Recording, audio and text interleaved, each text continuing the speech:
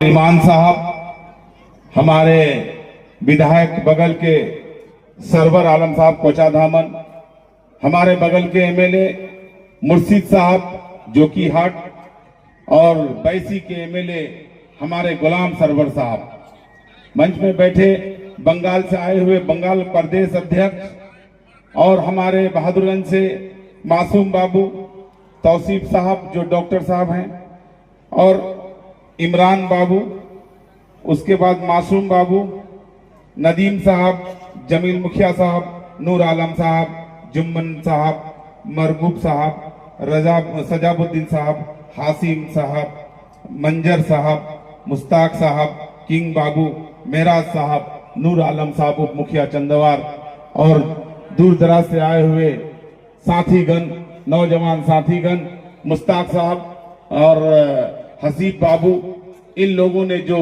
योगदान किया है उसके लिए तहे दिल से शुक्रगुजार हूं।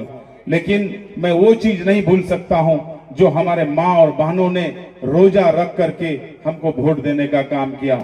मैं वो चीज नहीं भूल सकता हूं जो हमारा गरीब भाई रोजा रख करके एक तरफ पूंजीपति था, दूसरी तरफ गरीब भाई था, वो लड़ने का काम किया और वोट देने का काम किया। और वो चीज मैं नहीं भूल सकता हूं जो बाहर से आकर के, पंजाब से, दिल्ली से, हरियाणा से, सऊदी अरब से भी आकर के सिर्फ वोट देने का काम किया। मियाँ बीबी फ्लाइट से आकर के वोट देकर के जाने का काम किया। मैं ये चीज भूल नहीं सकता हूं।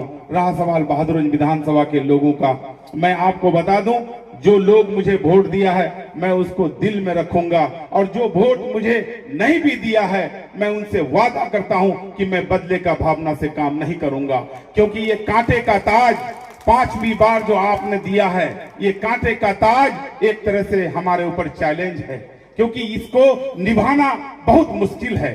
क्योंकि 5वीं बार आपने मेरे ऊपर विश्वास किया है, मैं कैसे आपका खरा उतरूंगा यही सोचता हूं। और खास करके मैं बहादुरगंज विधानसभा के जनता को मैं कैसे शुक्रिया अदा करूं। सिर्फ शुक्रिया अदा करने से काम नहीं चलेगा। मैं आप लोगों को बताना चाहता हूं कि मैं बहादुरगंज विधानसभा के जनता का अगर जूता भी उठाऊं तो कम पड़ेगा। क्यों नहीं? क्योंकि आपने पहली बार निर्दलीय वोट देकर के जिताने का काम किया था, दूसरी बार, तीसरी बार, चौथी बार आपने कांग्रेस से वोट देने का काम किया और इस बार आप लोगों ने हमारे नेता असदुद्दीन ओवैसी साहब का विश्वास को कायम करके रखा है। इसके लिए मैं आपका तहे दिल से शुक्रगुजार नहीं, बल्कि मैं जिंदगी में आप लोगों से वादा करने के लिए आया हूं। अगर मैं जिंदा रहा तो मैं आपका कर्ज उतारने का कोशिश करूंगा इंशाअल्लाह। अगर मैं जिंदा नहीं रहा